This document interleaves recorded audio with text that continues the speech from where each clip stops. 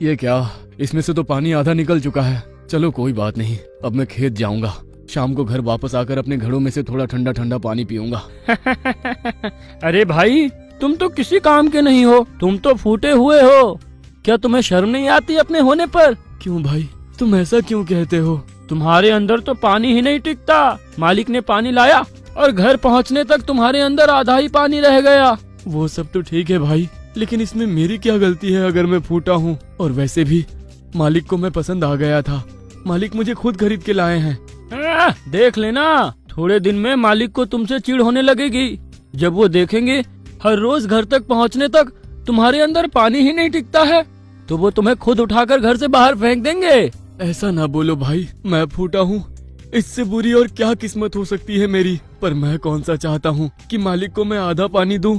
मैं तो चाहता हूँ कि तुम्हारी तरह मालिक को ज्यादा पानी दूं। इस तरह से हर रोज मुरली दोनों घड़ों में घाट से पानी लाता। सही घड़े में पानी भरा रहता और फूटे घड़े में हमेशा घर तक आधा ही पानी बचता। एक दिन की बात है, फूटा घड़ा सही घड़े के तानों से दुखी होकर मुरली से कहता है, मालिक, मेरे तो यही समझ में नहीं आता कि आप क्यों हर रोज मुझे घाट तक पानी के लिए ले जाते हैं, जबकि आपको पता है कि आप जितनी भी कोशिश करेंगे मुझे घर तक भरा हुआ कभी नहीं पाएंगे। घर तक पहुँचते पहुँचते मैं आधा हो जाऊंगा। मालिक, मैं अपने होने पर बहुत दुखी हूँ, बहुत पछताता हूँ। आप ऐसा कीजिए, मुझ जैसी बेकार चीज को उठाकर घर से बाहर फेंक दीजिए। मैं आपकी किसी काम की चीज नहीं हूँ। आप ऐसा कीजिए, मेरी जगह जाकर एक और सही घड़ा ले आइए जो आपके काम आ सके, आपको भर के पानी दे। अरे तुम क्यों दुखी होते हो? कोई भी चीज बेकार नहीं होती है। मैंने अगर तुम्हें खरीद के अपने घर लाया है और हर रोज मैं तुम्हें पानी के लिए ले जाता हूँ, इसका मतलब है कि मुझे तुम पर यकीन है, इसलिए मैं ऐसा कर रहा हूँ। सुनो, जैसा जैसा मैं कहता हूँ तुम ठीक वैसा ही करो। मैं हर रोज तुम्हें घाट पर पानी लेने ले जाया करूंगा। तुम दुखी ना हो ना। बस रास्ते चलते चलते फूलों की तरह देखना और फूलों को देखकर अपने मन को शांत रखना और उन्हें देखकर खुश होना। ना जाने क्यों मालिक, आपको मुझ जैसे फूटे घड़े पर यकीन है। मैं सही घड़ा मालिक को हर रोज इतना पानी देता हूँ, तब भी मालिक मेरी कभी भी प्रशंसा नहीं करते हैं जितनी इस फूटे घड़े की कर रहे हैं। मुरली फिर से दोनों घड़ों को घाट पर पानी के लिए ले जाता है। मुरली ने जैसा जैसा फूटे घड़े से कहा था कि रास्ते में घर वापस लौटते समय फूलों को देखकर खुश रहना, ठीक वैसे ही फूटा घड़ा रास्ते में घर लौटते समय फूलों को देखता है और फूलों को देखकर बहुत प्रसन्न होता है। फूलों को देख देख कर घड़े के आधे कष्ट कम हो जाते हैं। इस तरह से हर रोज ये सिलसिला जारी रहा। मुरली घाट पर दोनों घड़ों को पानी के लिए ले जाता और फूटा घड़ा घर लौटते समय फूलों को देखकर अपने मन को खुश और शांत करता। फिर एक दिन की बात है। देखो भाई, मुझे तो लगता है मालिक ने तुम पर तरस खाकर ही तुम्हें घर में रखा है, वरना उन्हें तो तुमसे कोई फायदा ही नहीं है। इस बात को तुम समझ लो।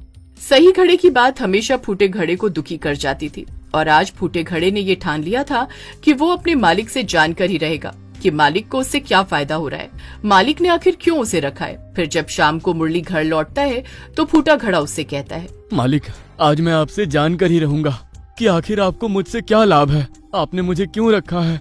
मुझे तो ये लगता है कि कहीं आपने मुझ पर तरस खाकर ही अपने पास तो नहीं रखा है। बिल्कुल भी नहीं, मैंने तुम्हें तरस खाकर अपने पास नहीं रखा है।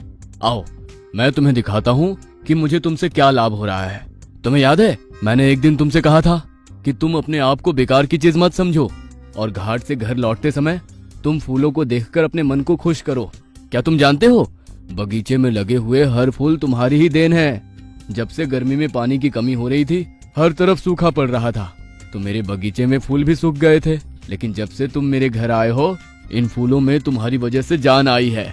आगे मुरली फूटे घड़े को बगीचे में लगे हुए सारे फूल दिखाता है और कहता है कि ये उसी की देन है।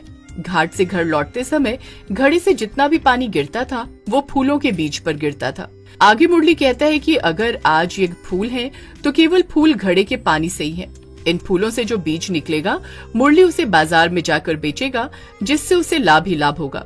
मुरली के मुंह से ये सब सुनकर फूटा घड़ा बहुत खुश हो जाता है। देखो भाई, तुम तो हमेशा मुझे ताना मारा करते थे।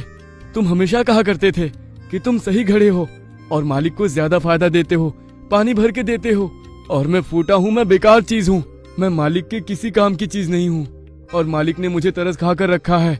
देख लिया ना तुमने, मैंने कितना बड़ा काम कर दिखाया है।